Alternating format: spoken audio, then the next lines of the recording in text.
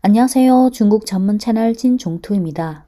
2024 북경 모터쇼가 지난 4월 25일부터 5월 4일까지 성황리에 마치면서 전 세계 전기차 산업에 큰 자극을 줬고 글로벌 전기차 산업에서의 중국의 주도적 지위를 확인하는 자리였습니다.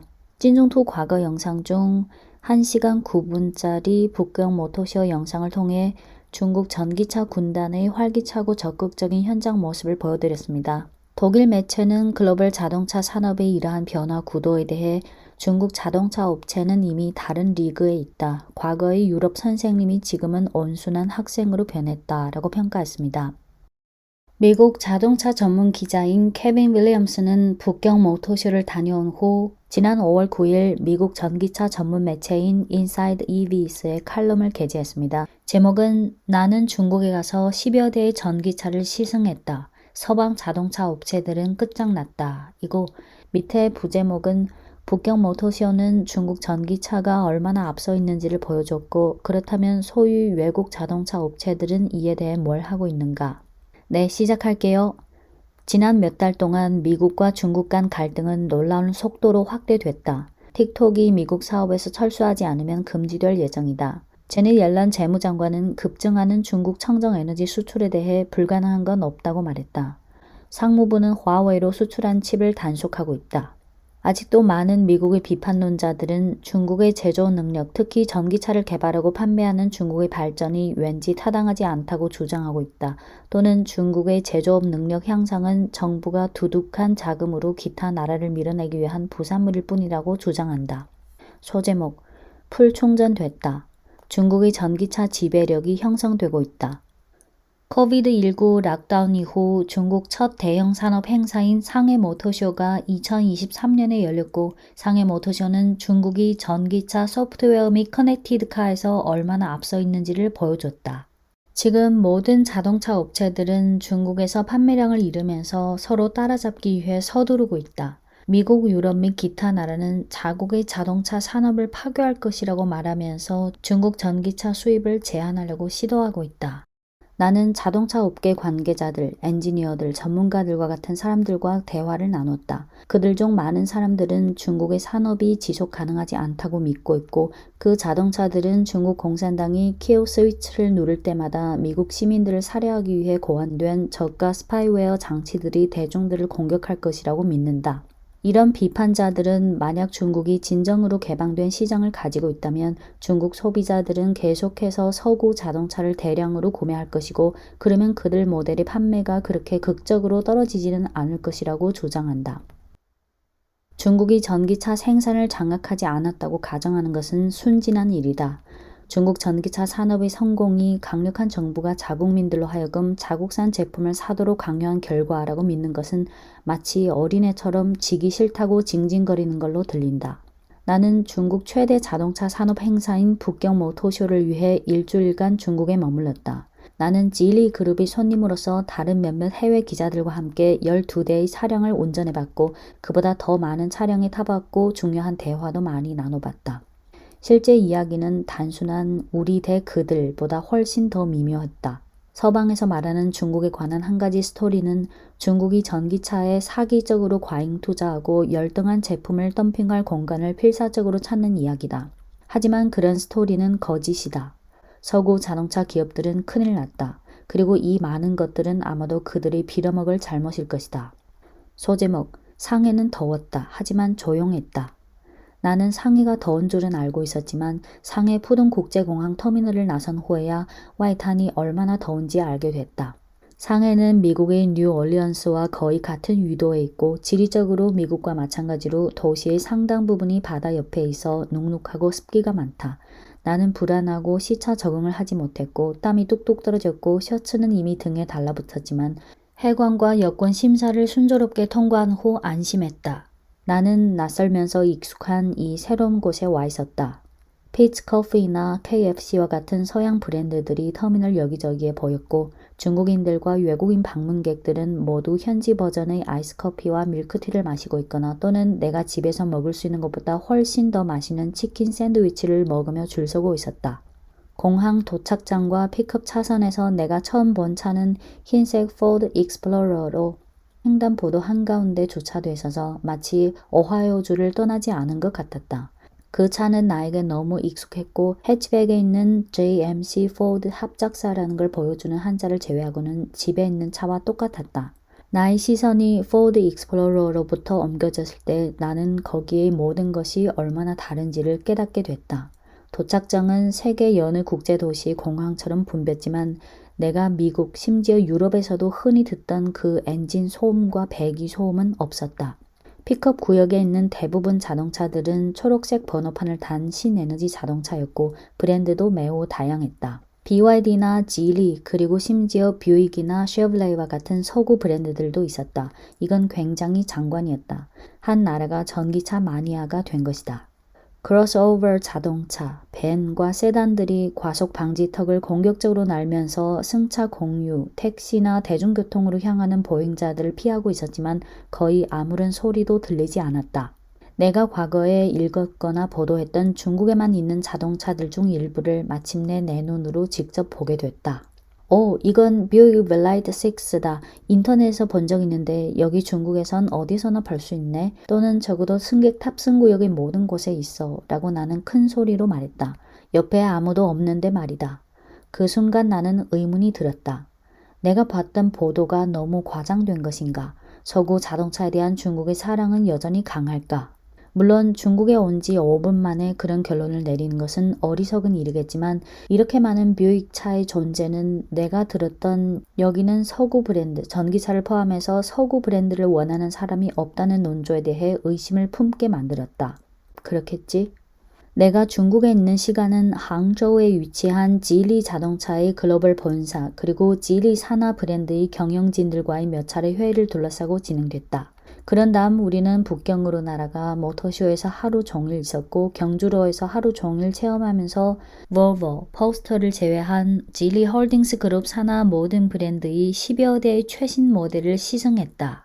우리는 상해에서 출발해 랜드마크적인 항저우만 대교를 거쳐 항저우까지 2시간 넘게 운전했고 나는 지컬 009의 뒷좌석에 앉았다.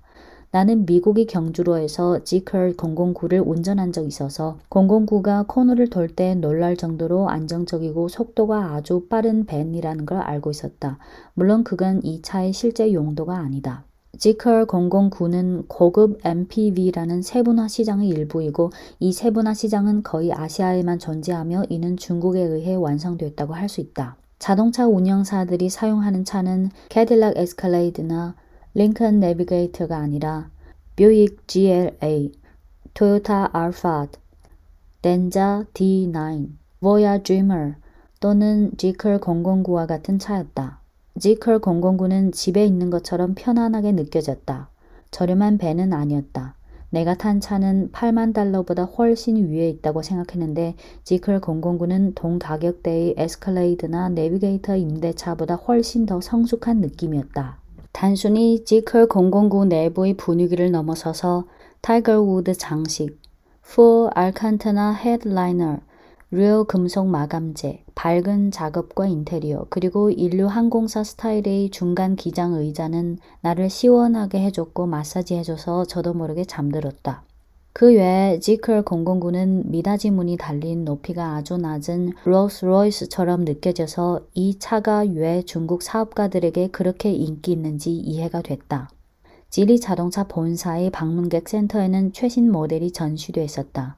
그들 중 일부는 지컬과 링크앤코의 프리미엄 모델이고 이 두 모델은 혼다, 어큐라나 아우디 등 브랜드와 경쟁하기 위한 것이다. 지리의 기타 브랜드는 더 주류적이다. 예를 들어 지리의 서브 브랜드인 갤럭시는 중국의 중산층 구매자들을 위한 것이고 또는 말레이시아와 같은 곳에서 프로톤스 라벨을 붙여서 판매될 가능성이 있다. 가격대 상관없이 모두 믿을 수 없을 정도로 설득력 있게 느껴졌다. 내가 유럽이나 미국 제조사에서 경험해보지 못한 첨단 기술과 잘 작동되는 기계들이었다. 예를 들어 지리 자동차의 갤럭시 E8는 혼다 어코드와 크기와 가격대가 비슷하지만 순수 전기차인데다 일부 포스타 모델에도 똑같이 사용된 SEA 플랫폼을 사용했고 내부 인테리어는 풀 화면 4K OLED 디스플레이가 기본적으로 장착되어 있고 이는 차량의 모든 기능에 대한 중심 역할을 한다. 물론 갤럭시 E8의 스크린 only 인터페이스 때문에 많은 우려를 초래할 수 있지만 그것은 이 스크린에 대한 불공정한 구박이다. 이 스크린을 사용하는 것은 TV 화면이나 고품질의 게임 모니터를 응시하는 것과 같았고 인터페이스는 신경 써서 신중하게 완성된 것이라는 게 느껴진다. 냉난방 공조와 음향 제어는 손쉽게 잡히고 수천 평방미터의 메뉴에 묻히지 않는다. 화면 자체의 반응 속도는 믿겨지지 않을 정도로 신속해 프리미엄 스마트폰처럼 짧은 대기 시간으로 입력과 매칭된다. 화면 속 자동차 애니메이션은 바다 한가운데서 산맥을 바라보고 있어서 밝고 아름답다. 갤럭시 E8의 내부는 자동차의 앞좌석이 아닌 거실을 개조한 듯한 느낌을 줬다. 나는 감명 깊었다. 그러나 북경 모터쇼를 보고 난 후에야 나는 아직 아무것도 못 봤다는 걸 깨닫게 됐다. 소제목, 북경 모터쇼는 걸작이다. 다행히도 북경은 상해 항저 지역에서 700마일 이상 떨어져 있고 내륙에 위치해 있어서 기후가 상대적으로 시원했다. 하지만 불행하게도 북경의 교통은 상해보다 한없이 더 붐볐다. 오전 8시 30분에 호텔에서 출발했음에도 불구하고 우리는 중국 국제전시센터까지의 단 9마일의 거리를 운전하는데 1시간 반 넘게 걸렸다. 모터쇼 현장에는 사람들로 분주했고 과거 미국 모터쇼 언론 시사회 때 유령 도시와 같은 모습과는 뚜렷이 비교됐다. 북경 모터쇼 어디를 보든 다 사람으로 꽉 찼다. 인플루엔서, 중국 미디어, 해외 미디어로 꽉 차서 분명히 모터쇼는 중국에서 그 열기가 충만했다. 나는 나중에야 이 모터쇼에 100개 이상의 신모델 발표와 컨셉카가 있다는 걸 알게 됐다. 작년 9월 디트로이트 모터쇼에서 신모델을 딸랑 하나만 선보였던 그 모습과는 거리가 너무 멀었다. 당시 다른 두 모델은 이미 판매 중인 모델의 수정 버전이고 게다가 전기차는 아예 없었다. 중국에서는 모든 중국 국내 자동차 회사가 다 완전히 새로운 모델을 출시했고 쇼룸은 신모델로 가득 채워졌다. 그들은 모두 증명해야 할 것이었고 하느님 맙소사 그들은 시도하고 있었다. 전시장에 수십 개 브랜드의 100개 이상의 모델이 있었고 그중 대부분은 내가 전날 지리 자동차에서 본 것만큼 매력적이었다. 대부분 브랜드는 가격대에 맞게 부드러운 촉감의 소재 그리고 문 닫을 때 단단한 느낌이 들었다. 또한 가격대에 상관없이 모두 반응이 빠르고 디자인이 예쁘고 유비쿼터스의 통합 차량 인터페이스가 세팅되어 있었다. 적당한 가격의 중국 전기차라면 어떤 모델이든 기본적인 인포테인먼트 시스템이 장착되어 있고 일부 6자릿수 가격대 자동차의 시스템보다 낫다. 그만한 이유가 있다. 중국 전기차는 이미 매우 좋고 도시 인프라 시설도 이미 매우 좋기 때문에 중국 소비자들에게 있어서 주행거리나 충전 문제는 이미 그리 중요하지 않아졌다. 지크의 책임자는 지금 우리는 반드시 주행거리나 충전 속도 외의 것으로 소비자들을 유치할 방법을 찾아야 한다고 말했다. 중국 자동차 산업 전체가 이러한 같은 난제를 갖고 있다. 그래서 중국 국내 브랜드 및 일부 외국 브랜드들은 중국의 테크 기업과 제휴했으며 양측은 그것이 무엇을 의미하는지 파악하기 위해 손잡았다. 물론 중국에는 아주 많은 전기차 브랜드가 있다. 아마도 너무 많은 전기차 브랜드가 있을 것이다. 그중 일부 브랜드는 중국 자동차 회사와 테크 기업 간의 산물이다. 지유의 자동차를 예로 들면 지리 자동차와 바이두가 만든 브랜드다. 바이두는 중국의 구글이라고 불리우며 인터넷 서비스와 순시각 자율주행 기술은 이미 완전 자율주행 자동차를 도로 위에 달리게 했다. 그러나 테슬라는 아직 제자리에서 관망하고 있다. 그 외에 쯔지 자동차, IM 자동차는 상해 자동차 그룹과 전자상거래 대기업인 알리바바의 제휴로 만들어진 고급 브랜드다.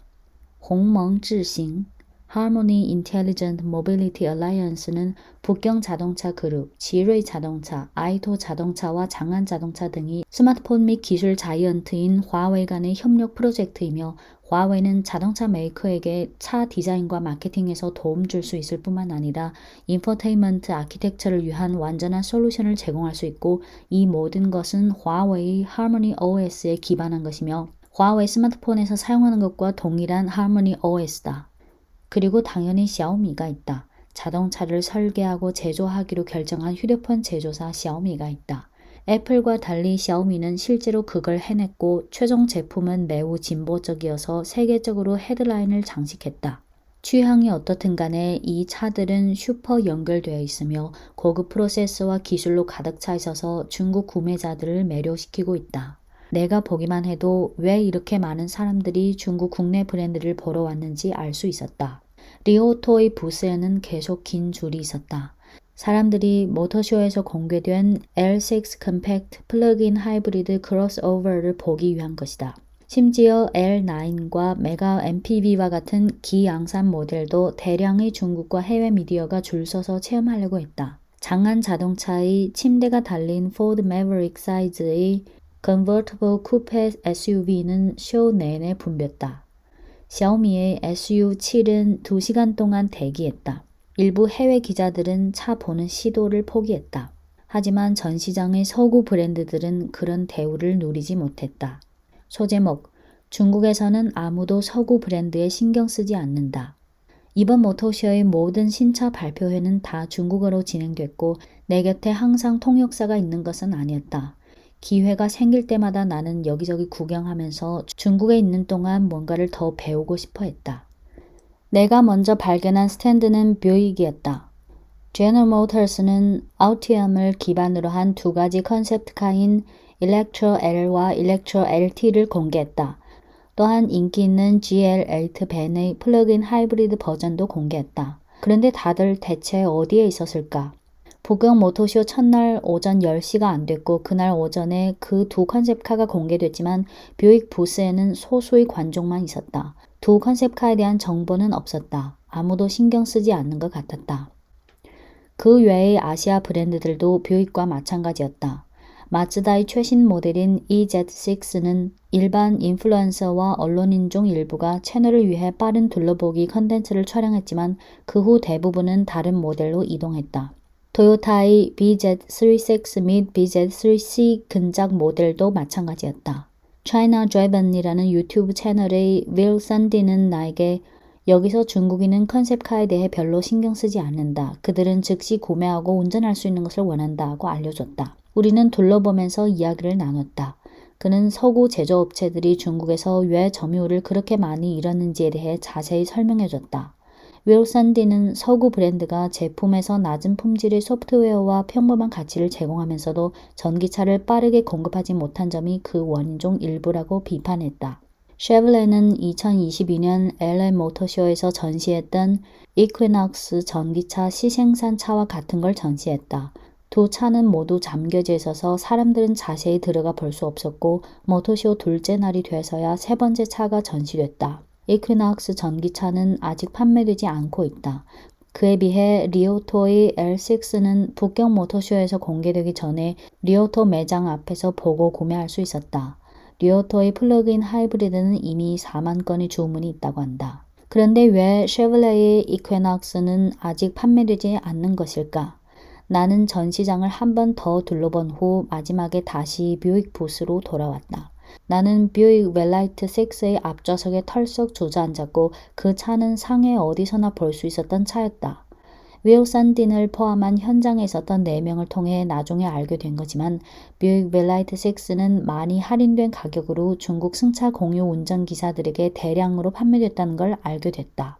그 차가 승차 공유 운전기사들에게 대량으로 판매된 이유는 가격이 저렴하고 적당하기 때문이지 그 차가 매력이 있기 때문이 아니었다.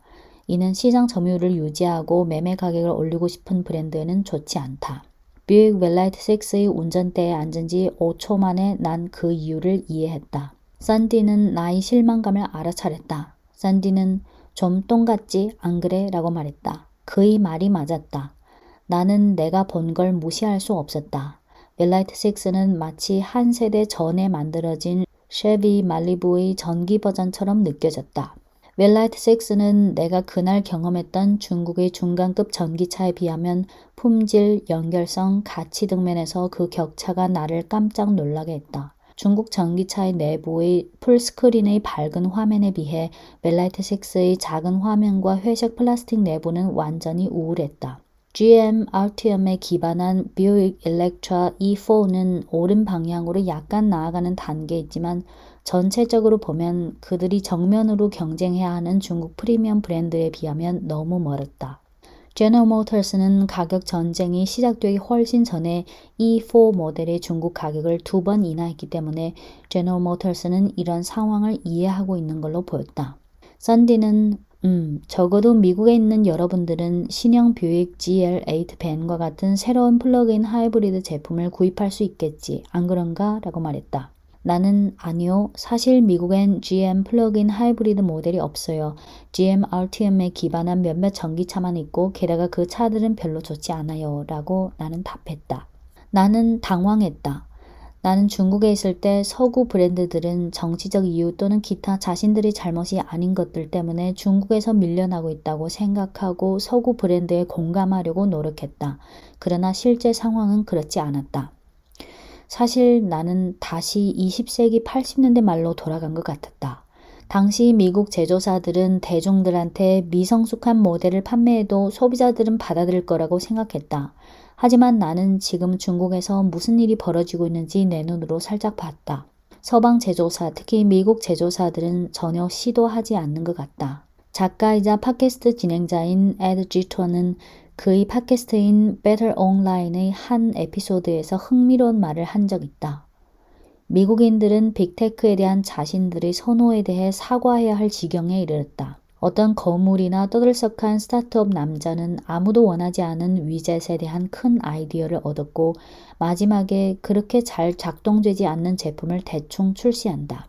대중들이 나쁘거나 원하지 않는 제품을 당연히 무시할 때 그들은 현실의 직면에 자신들이 만든 제품이 그리 좋지 않다는 걸 인정하는 게 아니라 고객들이 그다지 똑똑하지 않다고 비난하는 새로운 경향이 나타난다. 내 말은 아무것도 하지 않는 끔찍한 인공지능 기반의 핀을 보세요. 자동차 업계도 마찬가지다. 서구 자동차 회사들은 중국 시장의 요구를 이해하고 충족시키려고 노력하기보다는 그냥 만들고 싶은 차를 만들어 판매하는 것이 낫다고 생각해버린다. 그에 비해 중국 자동차 회사들은 중국인들의 욕구를 이해하기 위해 더 노력한 것으로 보인다. 중국 구매자들은 큰 스크린이 있는 커넥티드 카를 원했고 하느님 앞서서 중국 자동차 제조업체들은 큰 스크린을 차에 넣을 수 있는 방법과 그것을 잘할 수 있는 방법을 생각해냈다. 소제목, 중국이 발전하는 동안 우리는 불평만 했다. 미국이 곧 시행할 틱톡 금지는 중국 및 중국 전기차 수출과의 관계에 대한 직접적인 우화처럼 느껴졌다. 나도 틱톡을 사용한다. 나는 틱톡이 어떻게 작동하는지 이해하고 잘못된 정보를 퍼뜨리는 플랫폼의 능력 또는 끝없는 스크롤이 누군가의 정신건강, 특히 플랫폼을 매우 좋아하는 10대와 10대 초반 청소년들이 정신건강에 좋지 않을 수 있다는 것에 대해 평준화해야 할 타당한 비판이 많다는 것에 나는 동의한다. 하지만 틱톡 금지에 대한 대부분의 보도는 한 가지 사실을 인정하지 않고 있다. 그것은 바로 틱톡 플랫폼은 정말 훌륭하다는 것이다. 틱톡의 알고리즘은 환상적이다. 당신을 직접 겨냥해 신선하고 긍정적이고 재미있고 섬뜩하게 느껴지는 컨텐츠의 거의 끝이 없는 스크롤을 편집할 수 있다. 나는 틱톡의 바이럴 파워가 핑크팬서스와 같은 뮤직 아티스트를 만들거나 또는 소피 앨리스 백스터나 케이트 부시와 같은 클래식 아티스트가 경력을 되살려서 차트에 다시 올려진 것을 봤다. 틱톡 문화는 완벽하지 않지만 메타, 구글, 트위터가 만든 것보다 훨씬 건강하며 후자가 제공하는 서비스는 너무 자주 각종 문제가 생겨서 사용자가 얻는 게 점점 적어지고 사용 경험도 점점 나빠졌다. 인스타그램 릴스에서는 컨텐츠 심사 기준이 너무 열악해서 화면에서 죽는 사람을 보는 게 드문 일이 아니었다. 그래서 자동차 회사, 테크 회사 및 규제 기관이 중국을 밀어붙일 때 단지 안전하지 않거나 보안에 문제가 있는 제품으로부터 우리 시장을 보호하고 있다는 것은 공허하게 느껴지고 대신 그들이 더 잘하려고 노력할 의도가 없다는 것을 거창하게 암묵적으로 인정하는 느낌이 든다. 미국은 경쟁하기보다는 경쟁을 완전히 차단하는 것이 낫다고 생각한다. 사이버 보안에 대한 우려는 문제를 제대로 해결할 수 없다. 중국이 지금 내놓고 있는 제품에 비하면 미국 자동차 업체들의 제품은 형편없다. 이건 멀리 못 간다. 잘 만들어지지도 않았다. 스마트 연결도 안 된다.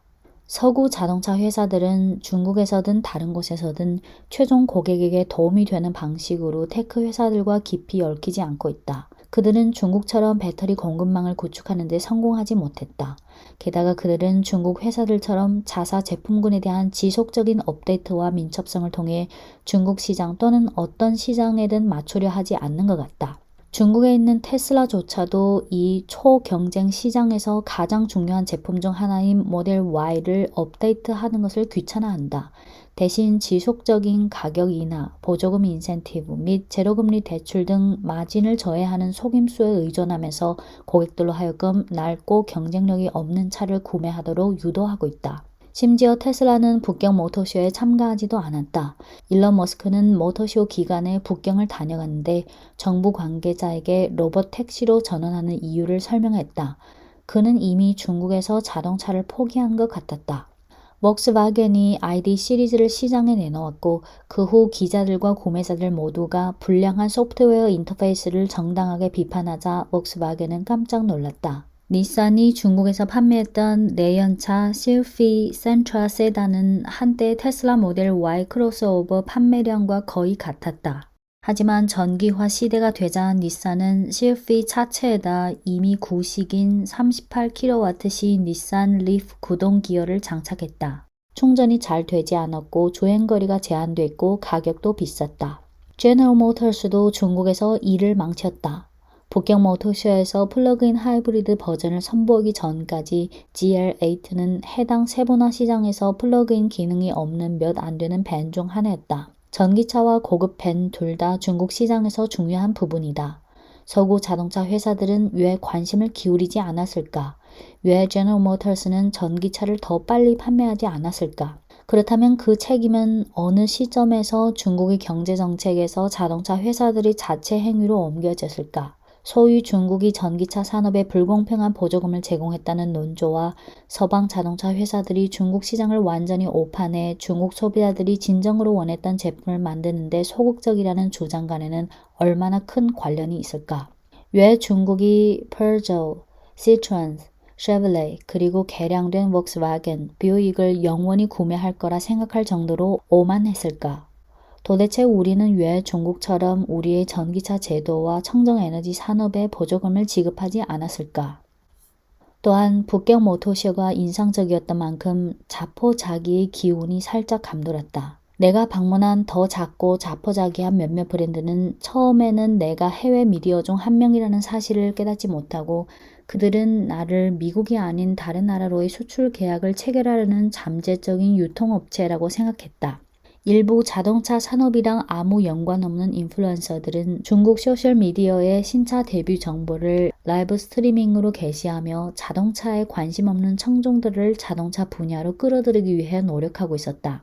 중국 모터쇼에서 한때 금지되었던 자동차 모델들은 쇼룸 바닥으로 슬그머니 돌아왔고 이는 그들이 관심과 판매에 대해 얼마나 갈망하는지를 충분히 보여줬다. 그럼에도 불구하고 이러한 문제들은 부차적인 것으로 느껴졌다. 만약 서구가 펼친 논조처럼 중국이 어떤 방식으로 과잉 생산 문제를 시정하고 유럽, 미국이 중국의 전기차 부문에 대한 모든 요구를 수용한다고 해도 중국은 여전히 기술적으로 진보적이고 제조가 훌륭하고 매우 흥미로운 전기차를 갖게 될 것이다. 틀림없이 중국은 여전히 더 효율적이고 더 강력하게 나올 것이다. 설령 미국과 유럽이 원하는 것, 즉 중국산 수입품에 대한 단속을 얻는다 해도 미국, 유럽이 지금보다 더 나은 차를 만들어내지는 못할 것 같고 미국, 유럽 시장의 구매자들은 성능이 별로 좋지 않은 자동차를 어쩔 수 없이 선택할 수밖에 없을 것처럼 느껴진다. 이것은 적나라한 보호주의다. 왜냐하면 모든 서구 자동차 회사들의 임원들과 일부 매파 중국 전문가들은 중국 전기차와 플러그인 하이브리드 카가 유럽, 아시아 그리고 미국 브랜드가 내놓은 제품보다 더 매력적이라는 것을 깊이 알고 있기 때문이다. 내가 두 눈으로 직접 봤다. 우리는 끝장났다. 내 이상 미국 자동차 전문 기자인 케빈 윌리엄스가 북경 모터쇼를 다녀온 후 지난 5월 9일 미국 전기차 전문 매체 인사이드 EVs에 게재한 칼럼 나는 중국에 가서 10여 대의 전기차를 시승했다. 서방 자동차 업체들은 끝장났다 였습니다. 이 미국 기자가 미국 대중들에게 진실을 알려주기 위해 나름 열심히 글을 작성했지만 이런 글은 시기적으로 이미 너무 늦었다는 느낌이 들 수밖에 없었습니다. 글 내용 중 많은 부분은 중국에서는 이미 오래전에 이미 너무 뻔한 내용이지만 미국에서는 많은 주목을 받았습니다. 작년 4월의 상해 모터쇼부터 올해 4월의 북경 모터쇼를 쭉 지켜보면서 중국의 사자성어가 몇 개 바로 떠올랐는데요. 예를 들어 大势已去, 亡羊补牢, 为时已晚, 그리고 落花流水, 每况愈下. 大势已去는 대세가 이미 기울어졌다. 亡羊补牢는 양 잃고 요양간 고친다. 为时已晚는 이미 늦은 일이다. 落花流水는 흐르는 물에 떨어지는 꽃. 그리고 每况愈下는 상황이 갈수록 나빠지다. 영어 속담에 If you can't beat them, join them 이라는 말이 있습니다. 꺾지 못할 상대면 함께하라 또는 이길 수 없다면 그들과 손잡아라. 이런 면에서 유럽과 미국 자동차 업체들을 쭉 둘러보면 독일이 중국과의 협력을 통해 가장 현실을 직시하고 행동에 옮겼고 앞으로 중국 자동차 업체와 협력하는 유럽 업체들이 더 나올 것으로 보입니다. 네, 이상입니다.